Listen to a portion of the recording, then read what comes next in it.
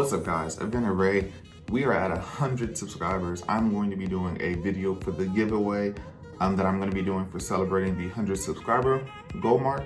And I thank everyone who got me to 100 subscribers. That's not what this video is about, but if you're watching this video, stay tuned for the 100 subscriber video that's going to be coming out soon. Once I figure out the parameters, I'm going to be giving a $100 Amazon gift card. I believe Amazon works for everybody. I feel like no matter what region you're in, you have Amazon. So I couldn't decide what to give away. It's just because I have so many things that I talk about on this channel. I could narrow it down to a specific thing. 100 subscribers, $100. And good luck to you if you're watching this on the giveaway. So today, this video, if you've seen the title, you already know, this is going to be how to make a wizard. I did the Bard and I did the Barbarian, but today I decided to work on the Wizard because I'm going to be starting a new game soon. I'm going to be playing as a wizard, so basically I need to research this anyways. I was going to go alphabetical, but next up was the Cleric, I believe, and I've never played a Cleric, so I was like, let's just do Wizard, and maybe eventually we'll get to Cleric. I hate to advise on something that I haven't done. I did do the How to Make a Barbarian video. And I believe I did that before I actually played Barbarian, and I just felt kind of inorganic. Whereas the Bard, I've played the Bard plenty of times. I love Bards. But today, this is going to be the Wizard. I haven't played the Wizard yet, but I've already made my character, so I feel a little more informed on how to tell you how to make your Wizard. So of course, as a wizard, the first thing you'll need to focus on when building your character is intelligence. If you're able to point by, I would recommend doing you're gonna dump strength. No wizard is going to be really doing strength things. So make your strength an 8, make your dexterity a 14, because you need a little bit of AC, because as a wizard, you are very squishy. You have a DC for HP. So definitely invest in some dexterity, basically to add some armor to you. You'll also want to put a 14 in charisma. Your DC is a 6. We need to get that charisma mod up a little bit. And if you're able to point by, this is perfect for that. You also want to make your intelligence a 15, wisdom a 12, and then your and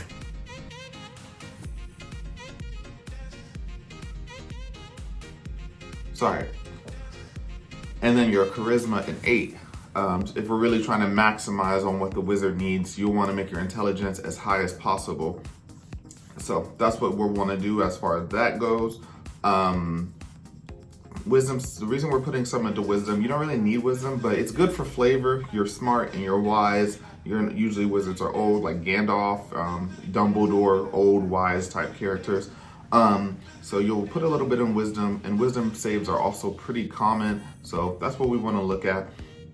As far as what wizard subclasses you should look at, there's actually quite a few good wizard subclasses. A lot of classes only have like 2 or 3 that are really good. But when I researched them and I looked at the subclasses, I actually found like 6 of them that I really liked. I don't like the number 6, so I brought it down to 5.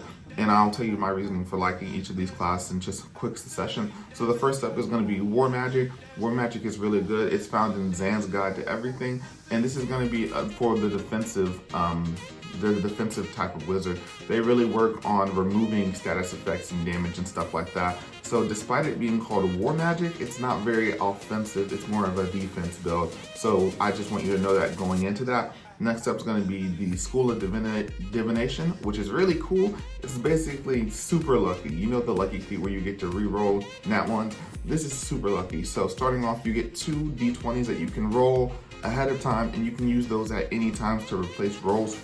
And I love that. That is super cool. Eventually, you'll get the Portent Divination, I believe it's called, where you get 3 dice instead of 2. So that's also super cool. I want to try that super bad.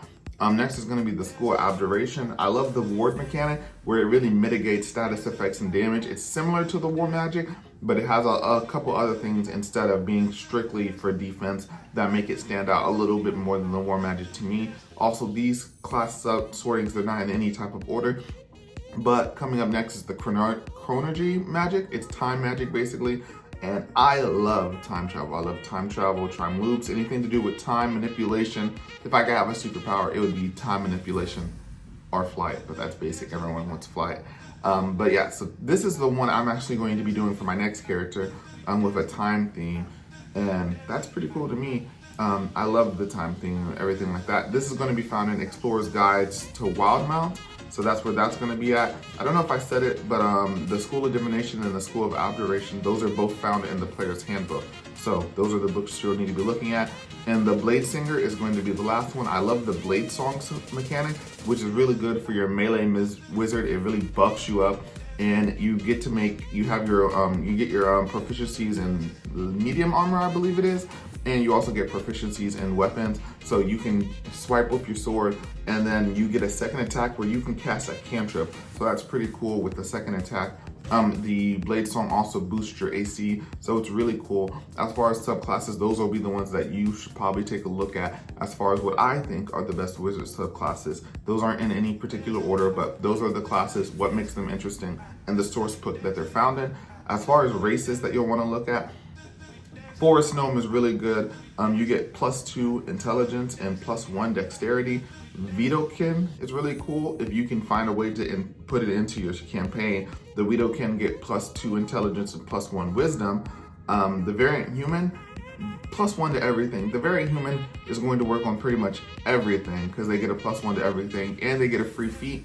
I would take a feat that's going to give you +1 to your intelligence because I believe there are feats that give you +1 to your intelligence. So you want to get that, and that'll round out that 15 that we started with. Actually, +1 to Variant Human will round that out. So I would recommend, if you play Grid and not Theater of the Mind, take Spell Sniper, and that'll basically extend the range of your spells. So as a squishy wizard, you can stay out of range from attacks, and you can basically just snipe from a distance and control the battlefield with that, especially if you have area of effect spells. This would be great for you. So be very human and take Spell Sniper as your feat. Last up, we have the Winged Tiefling, which is pretty cool. Winged Tieflings, you get flight, of course, and then you'll get +1 to intelligence and +2 to dexterity, which will add a little bit to your AC. So that's basically the breakdown on how to make a statistically maximized wizard. So like I said, you go with those stats at the beginning. If you can point by, if you can't, try to make your stats as similar to that as possible. Go with those subclasses that I mentioned. Those seem the most interesting to me. Like I said, I haven't played all of them, but those are what stand out to me as far as what is a really good subclasses. And if you want to maximize on those stats even more, go with those pre-selected races that I gave you. Forest Gnome, Vitokin, Variant Human, Winged Tiefling, and then I think I'm missing one.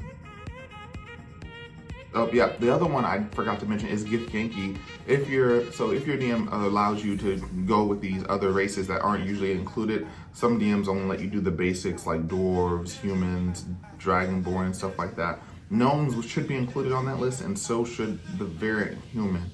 But the Gift Yankee and the Winged Tiefling, sometimes some DMs don't allow that. But if you're allowed to use the Gift Yankee, they do get psionics, which is pretty cool. They also get +1 to their intelligence, and then +2 to strength, I believe it is. Strength isn't really good as a wizard. That's why I kind of forgot them. They're at the bottom of the list.